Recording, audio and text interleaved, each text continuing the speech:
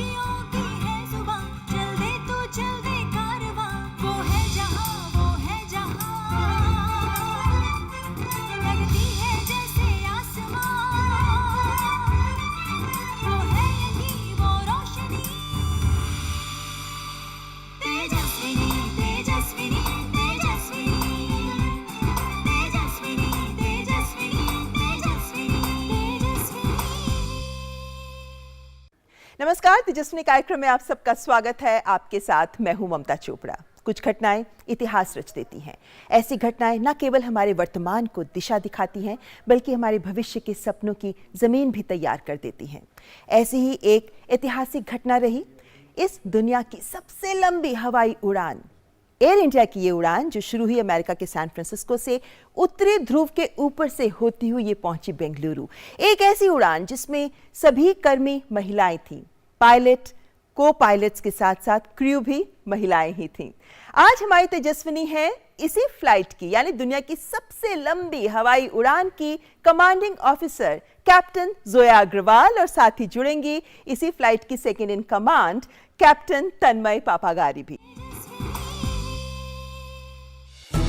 Air India की महिला pilots जिन्होंने दुनिया के सबसे लंबे हवाई मार्ग पर उड़ान भर 17 घंटों से ज्यादा समय में करीब 16,000 किलोमीटर की दूरी तय कर इतिहास रच दिया।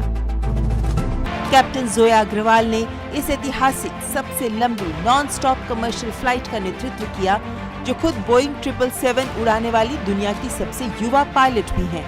इस सबसे लंबी उड़ान में उत्तरी ध्रुव के ऊपर से उड़ान भरना शामिल रहा, जिसे एक बड़ा मुश्किल कार्य माना जाता है। कैप्टन जोया अग्रवाल उत्तरी ध्रुव के ऊपर से उड़ान भरने वाली एयर इंडिया की पहली महिला कमांडर भी बन गई हैं। कैप्टन जोया के साथ कॉकपिट में पेशेवर, योग्य और आत्मविश्वासी सह महिला चालक सदस्य second commander captain Tanmay Papagari, first officer Shivani Manhas और आकांक्षा सोनावने मौजूद थी, जिनका इस उड़ान में अहम रोल रहा। अपनी कार्यक्षमता के आधार पर इस ऐतिहासिक उपलब्धि के जरिए हमारी नारी शक्ति ने विश्व में देश का नाम रोशन किया है। इस ऐतिहासिक फ्लाइट की कमांडर कैप्टन जोया अग्रवाल और second commander captain Tanmay Papagari हैं हमारी आज की तेजस्विनी।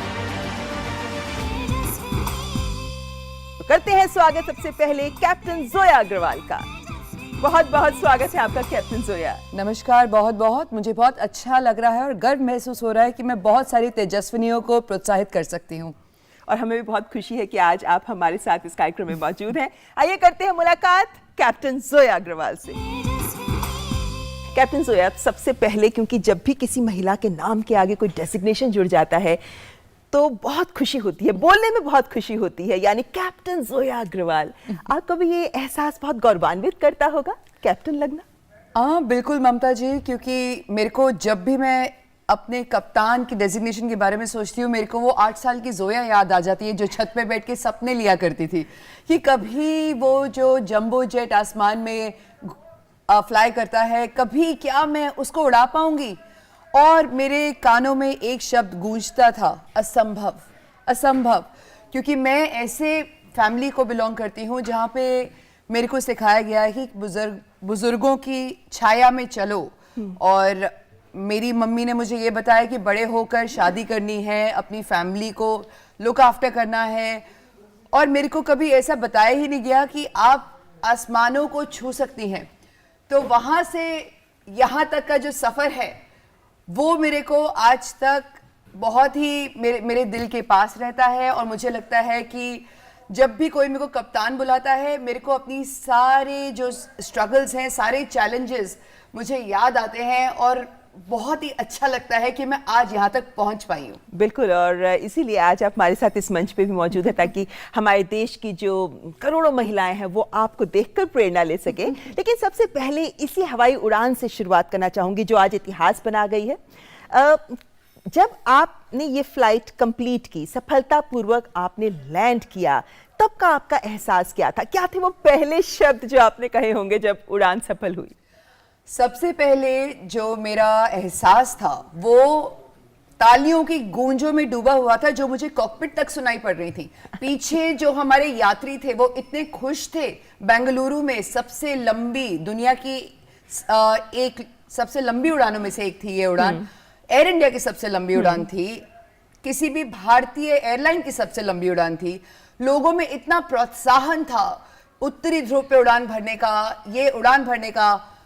जब हमने बेंगलुरु एयरपोर्ट पे लैंड किया, मेरे को कॉकपिट तक उसकी गूंज की आवाज आ रही थी और मुझे फील हो रहा था कि बाहर कितनी खुशी की लहर दौड़ रही है कैबिन में। तो मुझे बहुत ही अच्छा लग रहा था, गर्व महसूस हो रहा था कि हम 4 भारत की बेटियां यह सपना को संभव कर पाई। बिल्कुल, आपने सही कहा, हमारी भारत की बेटियों ने ये कर दिखाया। ये गौरवान्वित करने वाला एहसास है। लेकिन कैप्टन जोया, 16,000 के करीब किलोमीटर्स की डिस्टेंस आपने तय की, 16-17 घंटों की ये फ्लाइट थी। मतलब चैलेंजेस तो बहुत रहे होंगे।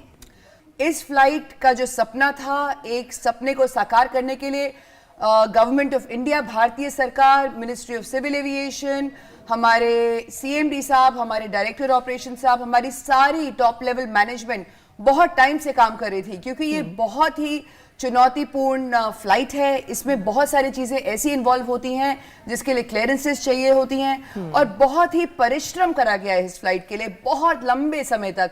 यह सपना साकार करना बहुत ही एक अचंभे की बात थी, और मुझे बहुत ही खुशी है कि हम 4 भारत की बेटियों ने सपना साकार किया। जी, और आप 4 भारत की बेटियों में से एक और बेटी हैं जो हमारे साथ इस वक्त कार्यक्रम में जुड़ रही हैं। हमारे साथ इस वक्त जुड़ रही हैं क्योंकि commanding officer captain Zoya Agarwal थी, और सेकंड कमांडर थी जो इस फ्लाइट की, वो थी हमारे साथ जो इस वक्त कार्यक्रम में जुड़ी हुई हैं, कैप्टन तन्मय पापागारी। तो करते हैं उनका भी स्वागत। बहुत बहुत स्वागत है आपका कैप्टन पापागारी। आपका भी एहसास जानना चाहेंगे। सबसे पहले बहुत बहुत मुबारकबाद इस ऐतिहासिक हवाई उड़ान का हिस्सा बनने के लिए। आपके क्या जज्बात थे जब ये फ्लाइट लैंड हुई और जब आपको ये लगा कि मिशन कंप्लीट हो गया? बहुत बहुत थैंक यू, एंड मैं बहुत ही उत्तेजित हूँ कि मैं इस प्रोग्राम पर हूँ। ये सैन फ्रांसिस्को से बेंगलुरु तक उत्तरी ध्रुव पर सभी तरह से एक बहुत ही अद्भुत और रोमांचक यात्रा रही है। मैं इस अनुभव के लिए बहुत आभारी हूँ। और ना ये दुनिया की सबसे बड़ी लंबी फ्लाइट है, पर भारत का ये पहला है। बिल्कुल, भारत का भी ये पहला है, देश की बेटियों के लिए भी ये पहला है।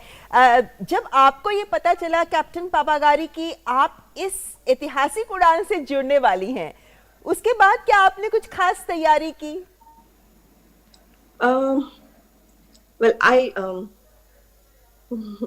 I was very very happy initially, बहुत खुशी हुई। उसके बाद सब सोचने लगे कि फ्लाइट पे क्या क्या करना चाहिए, क्या तैयारियां हो, सारा रिवीजन सब कुछ शुरू कर दिए हैं। और इसमें बहुत सारे चुनौतियां हैं, तो उसका प्रैक्टिस रिवीजन सब शुरू हो गया था। आपको तो 15 साल का लंबा अनुभव है कैप्टन पापागारी। ये अनुभव आपके कितने काम आया? क्योंकि लगातार ये भी कहा जाता रहा कि इस हवाई उड़ान के लिए सर्वश्रेष्ठ पायलट्स और अनुभवी पायलट्स को चुना गया है। इस अवसर के लिए तो मैं बहुत ही आभारी हूँ। ट्रेनिंग तो हमें पहले से ही, शुरुआत से ही हम अल्ट्रा लॉन्ग हॉल फ्लाइट कर रहे हैं, तो उसकी training is been going on, और एक्स्ट्रा जो भी चाहिए था उसका भी हमें ट्रेनिंग दी गई है। ओके, तो आपको लगा कि अनुभव के साथ साथ ट्रेनिंग बहुत महत्वपूर्ण रही। चलिए कैप्टन पापागारी, आप भी बने रहिए हमारे साथ, लेकिन बात को आगे और बढ़ाते हैं। कैप्टन जोया हमारे साथ स्टूडियो में बनी हुई हैं। कैप्टन जोया, आपके पास तो एक और बहुत इंपॉर्टेंट रिकॉर्ड है। आपने बोइंग 777 इस बोइंग को उड़ाने वाली सबसे युवा पायलट बन गई थी। आप कितने साल की थी जब आपने ये रिकॉर्ड बनाया? वैसे तो मैं अपने आप को अभी भी 16 साल की ही बताती हूँ, और वो मैं हमेशा रहूंगी, लेकिन उस समय मैं 32 साल की थी। और मेरे को जब मैं 32 साल की युवा कप्तान बनी, उस समय मैं सबसे पहली थी। और फिर भी मेरे को, जब भी मैंने कुछ ना कुछ हासिल किया है अपनी ज़िंदगी में, मेरे को याद है वो दिन जब मैंने अपनी मम्मी को बताया था कि मैं पायलट बनना चाहती हूँ, और उस दिन उनके आंसू याद है मुझे, जो उनके चेहरे पे मुझे दिखे थे, और मुझे बहुत दुख हुआ था। लेकिन मेरे सपने मेरी आंखों में बसे हुए थे, जिनका मैं कुछ कर नहीं सकती। वो मेरे सपने बने रहे, जिसकी तरफ मैंने दृढ़ता से परिश्रम करके यह ऊंचाई हासिल करी। जिस दिन मैं कप्तान बनी, मैंने अपनी मम्मी को जैसे ही बताया, मेरे को ये अच्छे से याद है, मेरी मम्मी फिर से रोई, लेकिन इस बार दुख के आंसू नहीं थे, इस बार जो उनके आंसू थे वो खुशी के आंसू थे। तो मुझे बहुत ही अच्छा लगा, ये मुझे पूरी जिंदगी याद रहेगा। आपने कहा कार्यक्रम के शुरू में कि स्ट्रगल रही एक आपकी, कि बचपन के जब 8 साल में आप देखती थी फ्लाइट्स उड़ती हुई और उसके बाद जब आप कैप्टन बन गई, ये स्ट्रगल में किसने साथ दिया आपका? सबसे पहले मेरा साथ दिया ऊपर वाले ने, ईश्वर ने, क्योंकि जब तक आप अपने आप को ईश्वर के पास नहीं छोड़ते ना, आपके आसपास कुछ भी नहीं है और आपके पास सब कुछ होता है। मेरे मम्मी पापा वो भी मेरे लिए ईश्वर का ही एक रूप है, उन्होंने मेरा बहुत साथ दिया है। मेरी फैमिली ने सबने मिलके, मेरे जो पूरे घर वाले हैं सबने मेरा बहुत ही अच्छे से साथ दिया है। उनके बगैर मैं शायद इस मुकाम पर पहुंच ही नहीं पाती, क्योंकि आप या तो अपनी फैमिली को मैनेज कर लीजिए या फिर आप अपने प्रोफेशन को मैनेज कर लीजिए। हमारा प्रोफेशन ऐसा है जहां पर हम लोग बहुत लंबे समय तक बाहर रहते हैं, इसलिए मैं जब भी प्रोफेशनली बाहर निकलती हूं, मैं घर की टेंशन लेके नहीं निकल सकती। मेरे शोल्डर्स के ऊपर बहुत बड़ी जिम्मेवारी है, 350 पैसेंजर्स की, हवाई जहाज की, हर चीज़ पॉइंट ए से पॉइंट बी तक सेफली पहुंचाने की। वो जिम्मेवारी मैं तभी डिस्चार्ज कर सकती हूँ पूरे अच्छे तरीके से जब मुझे पता है कि मेरे घर पे जो भी मैं छोड़ के जा रही हूँ वो बिल्कुल हिफाजत है, सेफ है और मेरे को घर की कोई टेंशन नहीं है।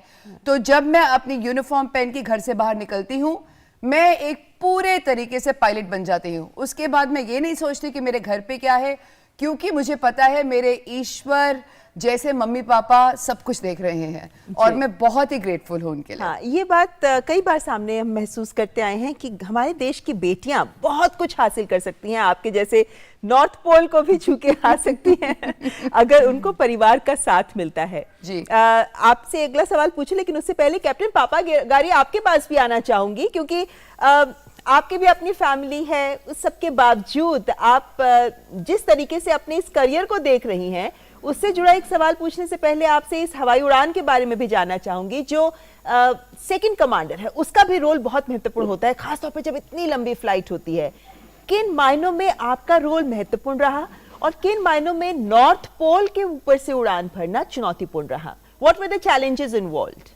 यस, कई चुनौतियां थे, बहुत सारा प्रिपरेशन था जो हम साथ में पहले किए हैं, बहुत सारा इंफॉर्मेशन एक्वायर करना था, and some of the main challenges that we had is one of the most important is area of magnetic unreliability जो नॉर्थ पोल के पास होता है।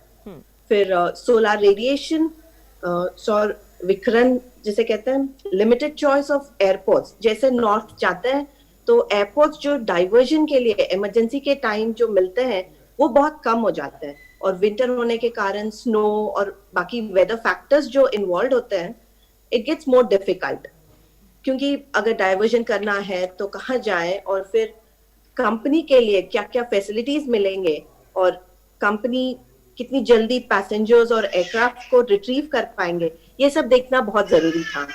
So as a team, we had to check all this before we even started the flight. Is that also one of the reasons that we don't have many polar flights? बहुत सारी ऐसी हवाई उड़ानें नहीं हैं जो पोल के थ्रू होते हुए जाती हों। मुश्किल से दुनिया में 2 ही एयरलाइंस है जिनमें से एक एयर इंडिया भी है। जी, very true. Because as north जैसे जाता है, एक तो लैंडमार्क्स भी कम है, ऊपर से एयरपोर्ट्स भी कम है, एंड इंफ्रास्ट्रक्चर पहले तो बिल्कुल ही नहीं था। अब धीरे धीरे जैसे फ्लाइट्स बढ़ रहे हैं, it's increasing, infrastructure is getting better, पर अभी भी लिमिटेड है।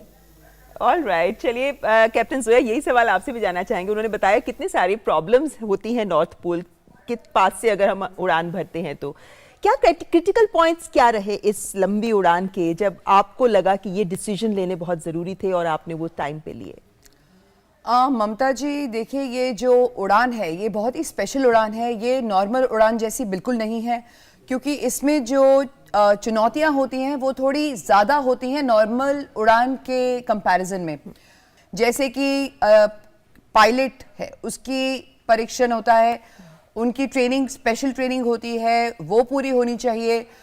कैबिन क्रू की ट्रेनिंग होती है, वो पूरी होनी चाहिए। बहुत सारे ऐसे इक्विपमेंट्स होती हैं जो हवाई जहाज में होनी चाहिए, जो नॉर्मल फ्लाइट के लिए ज़रूरी नहीं होती हैं, लेकिन यह वाली जो फ्लाइट है उसके लिए बहुत ही इंपॉर्टेंट होता है कि वो सारी इक्विपमेंट्स पूरी काम करनी चाहिए, अच्छे तरीके से काम करनी चाहिए। और इसके अलावा जैसे कि कैप्टन पापागरी बता रही थी, वहाँ पे बहुत कम एयरपोर्ट्स हैं और जो एयरपोर्ट्स भी हैं उसमें तापमान बहुत ही ज़्यादा कम होता है, जैसे कि 0 से 30 अंक कम। अच्छा। एक बड़ा -30 तक नॉर्मल, पहुंच जाता है। बिल्कुल। तो आप अगर वहाँ पे डाइवर्ट करते हैं, खुदा न खास्ता आपने वहाँ पे डाइवर्ट किया और आपको हवाई जहाज से बाहर निकलने की जरूरत पड़ेगी, आप ऐसे ही नहीं जा सकते हैं कि कोट पहन लिया और चले गए, क्योंकि वहां पे इतनी ज्यादा ठंड होती है कि आपको एक स्पेशल गियर होता है, उसको पोलर सूट बुलाया जाता है। उसकी जो कॉस्ट है वो $5000 के एक के लिए लगभग होती है। हमारे को कम से कम 2 चाहिए होते हैं। उसका वजन 32 पाउंड होता है, जो कि लगभग 15 किलो के करीब है। उसको पहन के आपको बाहर जाना पड़ता है। यानी ये एक ऐसा पॉइंट रहा नॉर्थ पोल के ऊपर से जाना, इसीलिए कहा गया कि एयर इंडिया ने अपने बेस्ट पायलट्स को चुना है इस अभियान के लिए। कैप्टन पापागारी, जिस वक्त आपको ये अभियान के लिए सिलेक्ट हुई हैं, आप ये खबर दी गई, क्या कभी कोई संशय, was there any doubt in your mind? I didn't think I had time for any doubt. I was excited and then the preparation started. तो डाउट के लिए टाइम ही नहीं था। तो ये जो ऑल विमेन क्रू वाली फ्लाइट थी, ये जिसमें सारी महिलाएं थी, आपके साथ भी मेरे ख्याल से पहली बार ऐसा हुआ होगा कि सभी इस फ्लाइट से जुड़े हुए लोग ऑल फीमेल थे, all women? Yes, but Air India हमेशा ऑल वुमेन क्रू फ्लाइट्स पहले भी कर चुके हैं and they been encouraging empowering women always. So March 8 को जैसे आप देखते हैं हमेशा हमारा फ्लाइट्स होते हैं। So I have done one such flight long back और looking forward to more opportunities. Of course. Any special moment you would like to share with us about this flight? A moment which was special for you? It's a very very special experience and one in a million. तो जब north pole पे गए थे, the weather was absolutely clear. We got some lovely views. Unfortunately, we couldn't see much of the ground because it was winter and dark. But we saw a million and more stars twinkling, and I think that brightness shone in our eyes also. Wow. आप बहुत lucky हैं, आपने इस तरीके के नज़ारे वहाँ देखे। कैप्टन जोया जी, आपके जीवन के बारे में आपने बताया कि आपने कितना स्ट्रगल किया, लेकिन आपने अपना सपना हासिल किया। लेकिन आपके इस लाइफ से अभी तक के अनुभवों के आधार पर आप क्या कहना चाहेंगी कि क्या ऐसी बड़ी चीज है जो महिलाओं को हमेशा अपने ध्यान में रखनी चाहिए सपनों की उड़ान के लिए?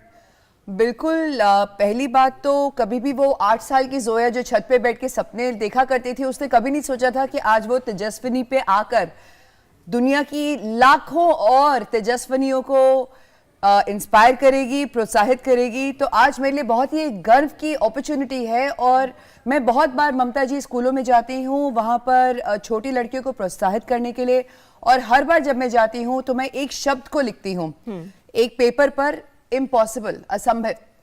मैं उनको दिखाती हूँ लड़कियों को कि ये क्या लिखा है मैंने।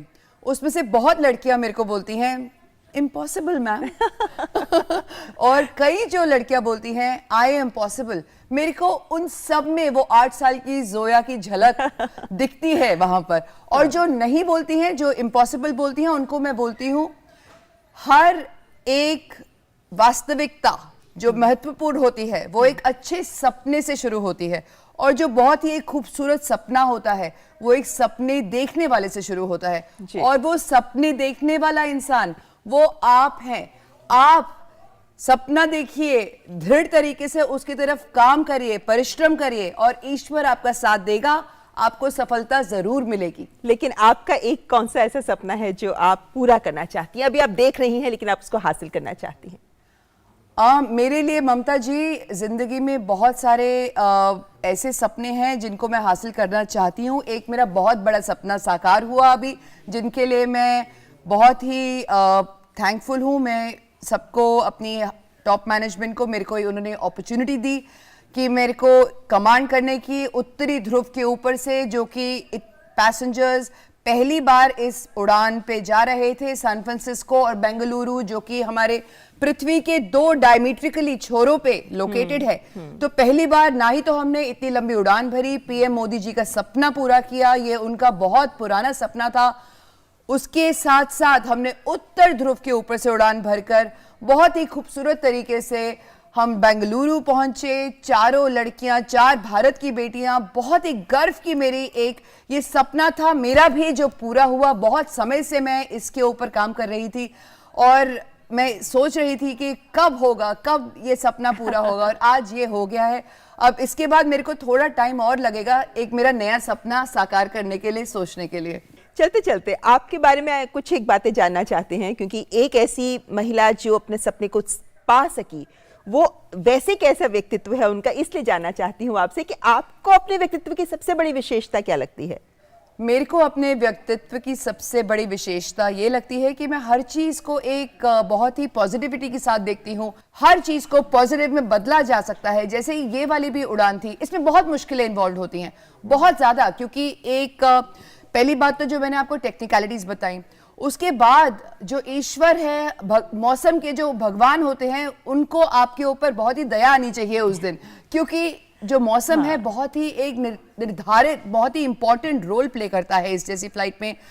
जैसे कि एक स्पेस के नंबर्स होते हैं कॉस्मिक रेडिएशन के, वही नहीं, एक हमारा जो ईंधन का तापमान होता है वो 1 डिग्री से ऊपर रहना चाहिए, एक जो एक उसका लिमिट होती है उसके ऊपर रहना चाहिए। आप मानते हैं कि ये सारे कारक आपके फेवर में रहे? God bless the flight actually. हाँ, God blesses those who want to bless themselves, because अगर आप सोचेंगे नहीं कि मैं ये कर सकती हूँ, मैं पॉजिटिव तरीके से करना चाहती हूँ, आपके जो आसपास के जो भगवान भी हैं वो भी आपकी मदद नहीं करेंगे। तो आपको बहुत ही एक पॉजिटिव तरीके से सोचना चाहिए, हर चीज में पॉजिटिविटी से सोचो, झलकाओ और अपना सपना पूरा करो। ये मैसेज आपने जिस पावर के साथ दिया है, आई एम श्योर हमारे देश की बेटियां इसको बहुत अच्छे से लेंगी। कैप्टन पापागारी इस वक्त हमारे साथ बनी हुई हैं। कैप्टन पापागारी, आपसे भी यही सवाल जानना चाहूंगी, क्योंकि ऐसे किसी चैलेंज को स्वीकारना और उसके लिए आगे बढ़ जाना ये एक आम बात नहीं है।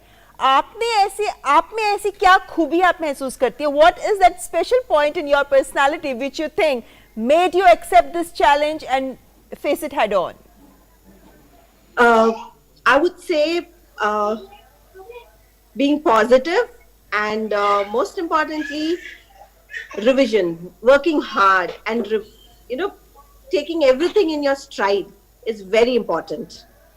Okay, and how important has been the teamwork in this whole challenge? Absolutely, this wouldn't have happened without teamwork. The effort that is put in not just by us but all the departments. Every single department is tremendous because the flight departed on time. We went through the entire route, flight, everything, landed on time, and this is the hard work of every single person involved in the whole endeavor. Well, great, rightly said, Captain Papagari, and congratulations to you once again. Thank you so much for connecting with us from Mumbai. It is a pleasure to have you here on the show with us. Thank you. Captain Zoya, आपकी जिंदगी भी एक उदाहरण है सबके लिए, क्योंकि आप खुद 2 बच्चों की मां हैं, लेकिन अपने करियर को भी आप उतनी तवज्जो दे रही हैं जितने आप अपने परिवार को भी तवज्जो दे रही हैं। ये एक उदाहरण है सबके सामने। अंत में जाते जाते कुछ कहना चाहेंगे?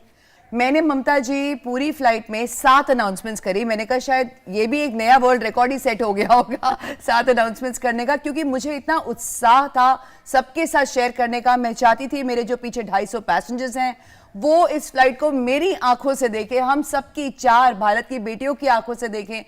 तो मुझे एक बहुत ही गर्व महसूस हुआ जब फ्लाइट के लैंड करने के बाद मुझे 200 के करीब फीडबैक फॉर्म मिले जिसमें उन लोगों ने हमारी बहुत ही तारीफ करी थी जी। और जाते जाते मैं कुछ ये बोलना चाहूंगी, एक जो लड़सारी हमारी आगे की तेजस्विनियां ये देख रही हैं उनके लिए, भारत की बेटियां हैं नहीं कम किसी से, तूफान या आंधी नहीं डर किसी से, आकाश पर लिखा है एक संदेशा, भारत की जय हो, विजय हो हमेशा।